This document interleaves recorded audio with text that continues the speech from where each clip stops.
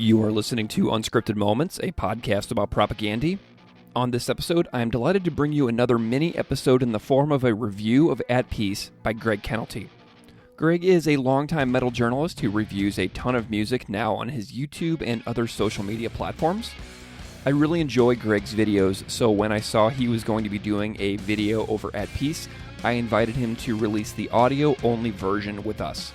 If you dig Greg's review, go to his website, thegregkennelty.com, and check out the other links I've provided in the show notes of this episode. Thank you so much to Greg, and I hope you enjoy his review.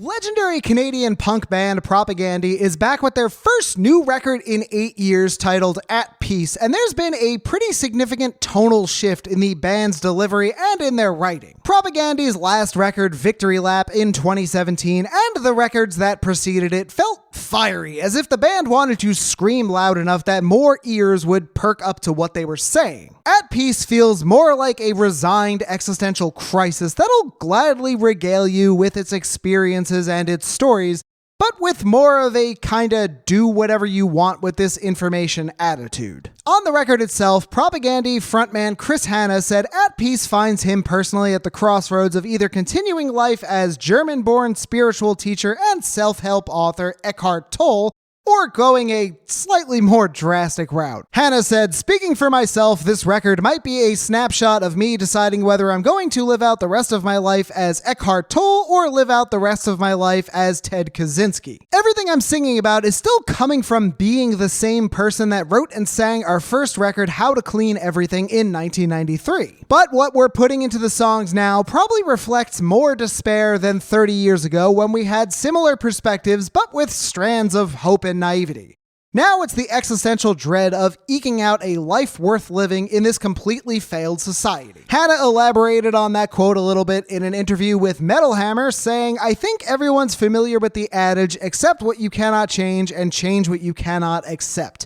There is a sort of Eckhart Tolle movement to accept what you cannot change. On the other hand, how do you change what you can't accept in a world where it's been proven time and time again that nothing will change, and in fact, it will only get worse?" That's where the Ted Kaczynski reference comes from. Someone hopeless in despair, and they cannot be a part of this. They leave society and attack it from the outside. Musically, Hanna said in a different interview with New Noise magazine that the record was intentionally very collaborative, saying, "With this record specifically, I feel like we made a conscious effort where we actually spoke it out loud to each other in the practice space. We wanted to make a very open, very transparent kind of naked record." And in that same interview, Hanna acknowledges that At Peace is slower and that it's something he wishes Propaganda had done more of in the past. To quote Hanna, "Listening to the last few records, we're like, that's too bad we didn't play that song a few beats slower." So now that we kind of have a little bit of context set up here, let's take a look at each individual song on At Peace. It's evident from the opener Guiding Lights that Propaganda is up to something new. Guiding Lights is a slow chugger of a song that features some glitchy, impressive guitar playing and some very tribal sounding vocals that are pretty much constantly all on the strong beats. The song also immediately highlights the talents of drummer George Samolsky, whose use of snare drum ghost notes and sparse fills drive this track in a way that I'm not sure anybody else could. Guiding Lights is restrained but disgusted, and I think that really sets the stage for At Peace. This isn't a rager of an album, and certainly not one to incite any circle pits anytime soon. It's contemplative and dark, waiting for hopefully the sunrise of a better day. Then there's the title track, At Peace, which feels like a cross between the darkness of Failed States with the catchiness of Supporting Cast and Victory Lap. The song rips through thrash-leaning riffs, vocals that alternate between the spoken and the sung, and even a little humor in lyrics like, "Oh yes, I'm really fun at parties, draw a dink on my face with a Sharpie, excuse me, sir, this is an Arby's." And it's worth mentioning that, half the reason I listen to Propaganda is their incredible lyrics. I absolutely love how they swing between the overarchingly political and the deeply introspective, while managing to tie it all together beautifully. I mean, come on, even the closing stanza brings it all together so damn well. Those lyrics are, "Some days I'm scared I'm gonna die, or even worse, I might survive. I try to keep these words in mind. Nothing worth having comes without some kind of fight. Gotta kick at the darkness till it bleeds daylight." And if you're unfamiliar, that very last line about kicking the darkness till it bleeds daylight is a reference to Bruce Coburn's 1984 track, Lovers in a Dangerous Time. As for the track At Peace, this is pretty much the closest you're gonna get to a mid-career propagandy punk banger. Cat Guy slows things back down and lyrically might be one of my favorite tracks on At Peace. Cat Guy presents this ethical dilemma of someone watching baby Hitler and your family dog drowning in a lake before slowly spiraling into an existential crisis on time and the nature of man. But then right at the end comes back to the original question with the answer, "So tell me, which pitiful creature would you condemn? Which of God's children would you save? As for me, I never learned to swim, always been a cat guy anyway." Cat Guy speaks volumes to Propagandy's ability to think incredibly deep but also not take themselves too seriously and kind of know when to inject humor. This and Prismatic Spray the Tinder Date do a great job with that, made all the better by frontman Chris Hanna's deadpan delivery of the lyrics. No Longer Young picks up the pace again and seems to be a meditation on the impermanence of life and remembrance, which then launches into Rented PA, which seems to kind of lyrically intertwine with No Longer Young. Both are fairly upbeat, punkier tracks, though the lyrics feel like they're told by two different people. No Longer Young by someone who's acknowledged they're lost and is trying to find their way, and Rented PA by someone who doesn't want a big deal made of their death. But they don't feel somber, as pretty much none of At Peace does. Both songs feel stoic in their stare down of death. There's also a little levity in Rented PA with the line, "When you finally lower me into that grave, take off to the great white north, sputtering out of a rented PA. Spare a prayer for wayward souls." For those of you who have no idea what that means, Take Off was a 1981 track by fictional television characters Bob and Doug McKenzie, played by Rick Moranis and Dave Thomas, and featuring guest vocalist Geddy Lee of Rush, so just about as Canadian as you can get. Then you've got Stargazing, which is definitely the most experimental track on At Peace. The song employs what I'm guessing is a glockenspiel and piano alongside some lightly affected guitars before leaning into a song that's largely dependent on bass, drums, and synthesizers. It's an extremely hard left turn for Propagandy in terms of instrumentation and in terms of their writing, but it's one that I hope they can blend into their sound more as time goes on, because it's pretty cool. Stargazing as it is again, pretty interesting, but I do wish there was like maybe one more section that would kind of shift the energy a little bit and tie it all together.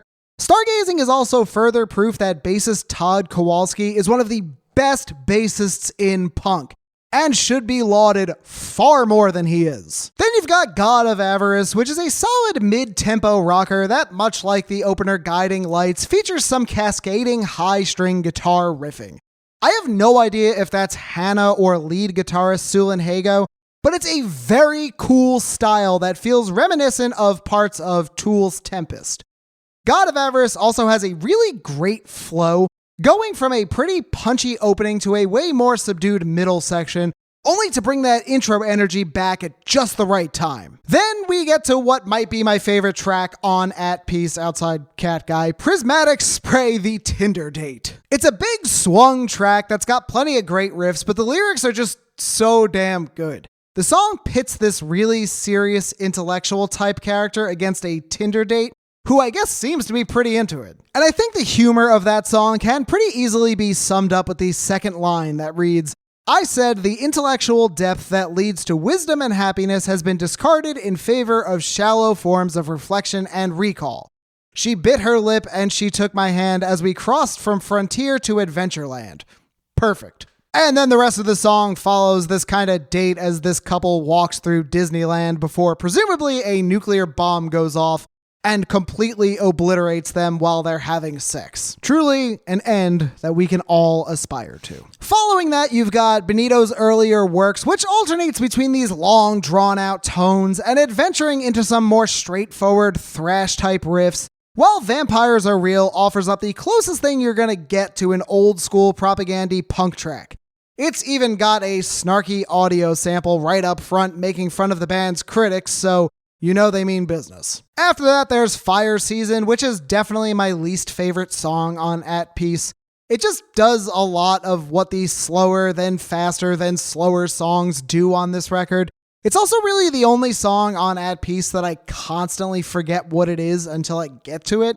It's not a bad song, and it definitely doesn't derail the record or anything. It's just, it would be my best candidate for a song that would be cut if any songs needed to be cut from this record. Which is kind of crazy, because after that there's Day by Day, which is another contender for one of the best songs on At Peace, as it marries pretty much everything you've heard on the album up to this point into nearly 4 minutes of total perfection. Day by Day has everything from that classic driving Propagandhi punk fire to some extremely tasteful quiet sections rife with, yet again, the band's impressive and super precise rhythm section. I said it before, and I'm just gonna say it again, the world really needs to come around to Samolsky and Kowalski being one of the best rhythm sections out there, in that they are just so damn musical and far-reaching beyond the punk genre.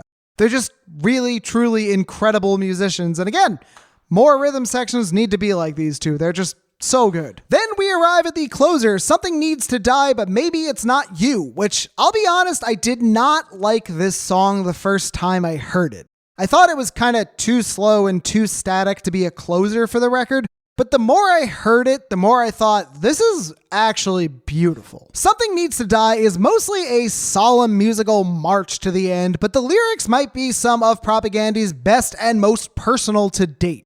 The song focuses on a character that's talking to the listener, essentially reassuring them that while everything certainly sucks and the world seeks to only distract for its own benefit, they've got something unique and important to the world.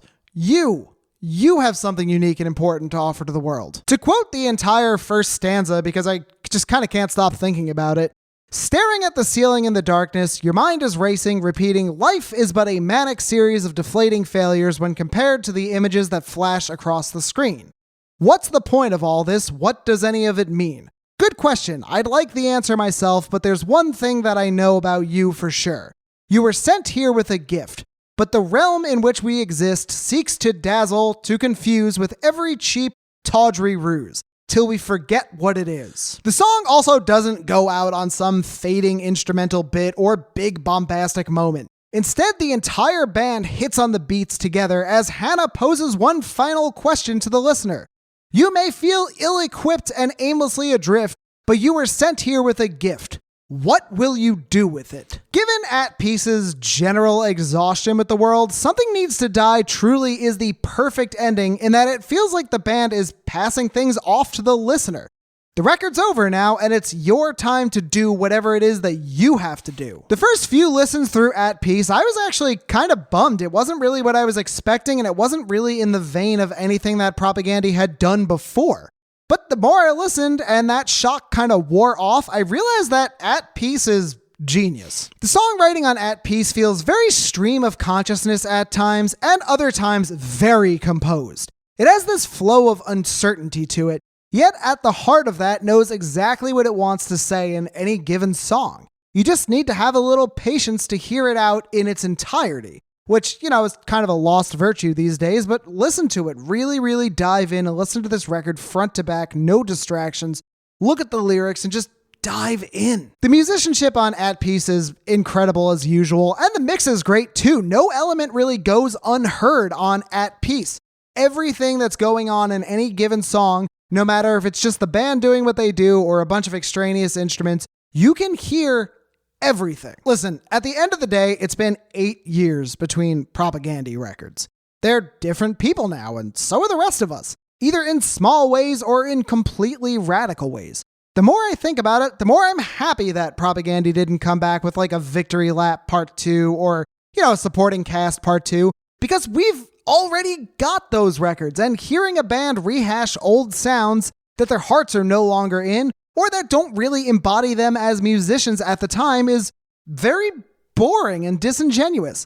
This is Propagandy in 2025, and I am definitely here for it. At Peace is slower, more experimental, and largely doesn't touch much on the band's punk roots. It almost feels like a slow thrash record at times, which I guess isn't too surprising given the band's love of heavier music that they've put on prominent display over the years. At Peace is not what preceded it, but it's the opening of a new chapter for the band that starts off very, very strong. At Peace is a 9 out of 10 for me. This record grew on me big time, and I really do think it stands up to everything else that Propagandy has ever done. It's just different, but when has Propagandy ever stayed static? No two Propagandy records are ever the same, and I think more people would have rated At Peace higher if there was a record between it and Victory Lap that kind of eased that transition. But we didn't get that. Propagandy took 8 years and they came out with something completely different, and I urge every Propagandy fan and anyone who's even curious about the band to listen to this a few times. Really immerse yourself in the lyrics, really immerse yourself in the music, really just listen to this thing as a whole, because you're probably not gonna fall in love with it the first listen through, but you are almost definitely going to fall in love with it maybe the 5th or 6th listen through. Hey, thank you so much for watching. What did you think of At Peace? Let me know in the comments below.